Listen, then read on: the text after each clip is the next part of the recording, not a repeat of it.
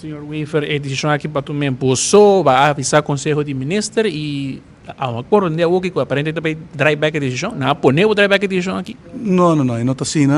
Essa aqui maneira mencionar um prerrogativo de Ministério de Assuntos Econômico e como tal me para responsável pe também me informar o Conselho de Ministros semana passada assim que também um aumento. Se não terá assim por mencionar isso como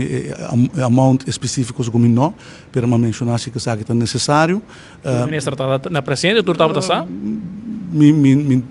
o Conselho está a pôr voltalig, dus não sei se não está a voltalig, mas está em quórum, dus o Conselho de Ministros está em função e a eleita prescrevi que o ministro informar staat e minha assessei também para mim que decisão, segundo 31 de janeiro a informar staat por escrito e também me mencionar que isso aqui não tem nada diferente com o qual a assim na 2022. Na 2022, minha escolha é mesmo ruta, a assim mesmo processo e sobre esta algo com responsabilidade que eu tenho com né. E é agora que também se a pedir para dry back, pedir para dialogar com a empresa o que é possível e naturalmente nós lo volve a fazer essa empresa já que é possibilidade não, pero já não sabe que é cifra não financeiro e a empresa tá nós me tenho que ver assim com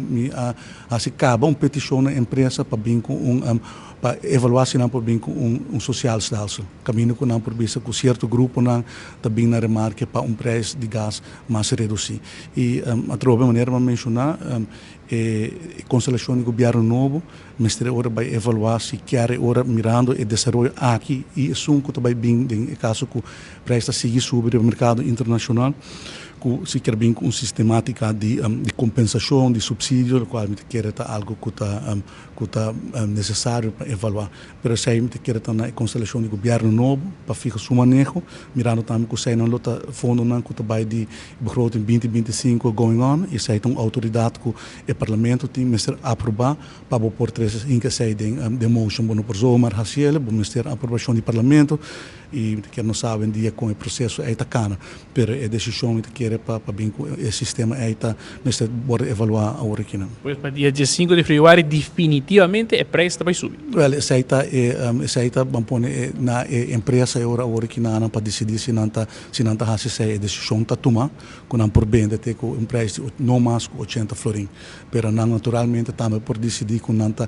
bem de um preço mais abaixo esse. Pero trobe me lembro bisa nós evaluar a cifra no financeiro e para garantizar o suministro de gás semana e luna nos dilante e decisão aqui agora tomar.